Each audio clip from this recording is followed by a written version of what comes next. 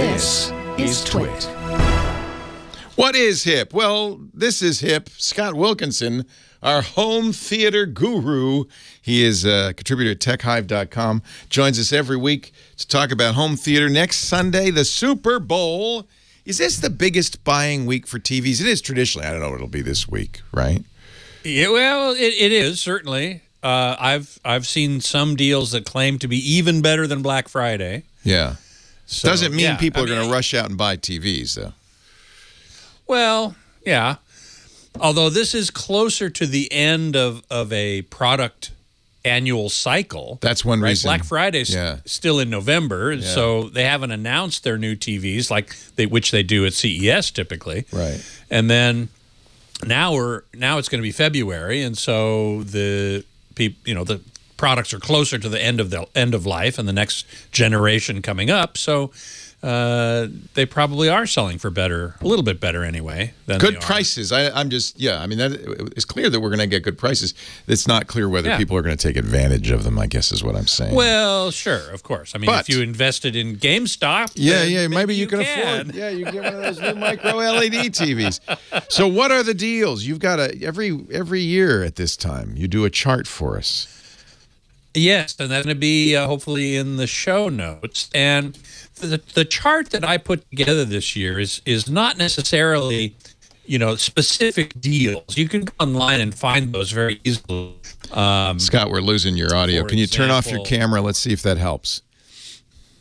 Yeah, let's see. Oh, man, I'm sorry to hear that. I'm going to turn off my It's all right. camera. We're looking at your chart anyway. That's what I'm looking at.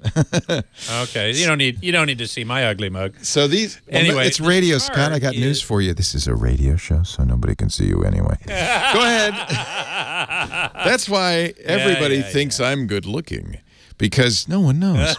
So no one knows. These are... So what I've put together is a chart of the TV lines from each manufacturer that I think are good. Yeah. Now, the deals that you're going to see for Super Bowl Sunday, some of them are of good TVs, but some of them are for not so good TVs. Oh, that's important. So don't just buy by price, because you might be... Exactly. Exactly right. For example, TCL makes a variety of lines of product of TVs, and the ones I recommend start at the Series 5, and they go Series 5, Series 6, and Series 8. There are many really good deals, surprisingly good deals on the Series 4, for example, from TCL. But you don't recommend those.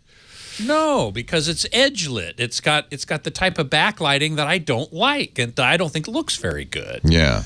So I say, look for deals. It's a great time to buy a TV, but look for deals on these particular lines, because the super cheapo, the bottom of the barrel lines from most of these manufacturers simply don't look very good. And so even though you're getting a great deal, are you going to be happy in the long term? Maybe some people will. Some people won't care. So TCL don't even look at anything except 5, 6, and 8. What about 7? Correct. There is no 7. Okay. For some reason, TCL doesn't make a 7. Okay. Nothing below 5. I don't know why. Okay. Nothing below 5. Nothing below 5. That's the key. And these are these all HDR 4K TVs? Yes. Okay. Yes. They are all HDR 4K TVs. 4K is now the standard. You can't go below. Standard. Yeah. And by the way, so is Smart TV, which is unfortunate because we're not fans, but that's okay. You're going to get it anyway. That's exactly right. Yeah. That's exactly right. Now, the interesting thing is you're going to be buying a 4K TV. The Super Bowl will not be broadcast in 4K this year. Yeah, isn't that something? Isn't that weird? Why not? Well, COVID? They claim the reason that I've heard is COVID. Yeah. They don't want to bring all those fancy cameras to the stadium. Well, they've got to bring a bunch of cameras, but they got to bring a bunch of cameras to the stadium anyway. Yeah, that's interesting. Why not make them 4K TVs? Well, apparently there's more remote production going on. Right? So there's not going to be okay. People are going to be in different locations rather than all in a production truck. They can't all sit in the truck. Yeah. They can't all sit in the truck, right? That so makes they've got to sense. be all different places. Here's the most important question. Will the Puppy Bowl be in 4K? Well, I don't think it'll be in 4K, but you know that's what I'm going to be watching. I know. I don't care about the Super Bowl. I'm gonna record it so that I can watch the commercials and the halftime show. All right, so I don't even know who's playing.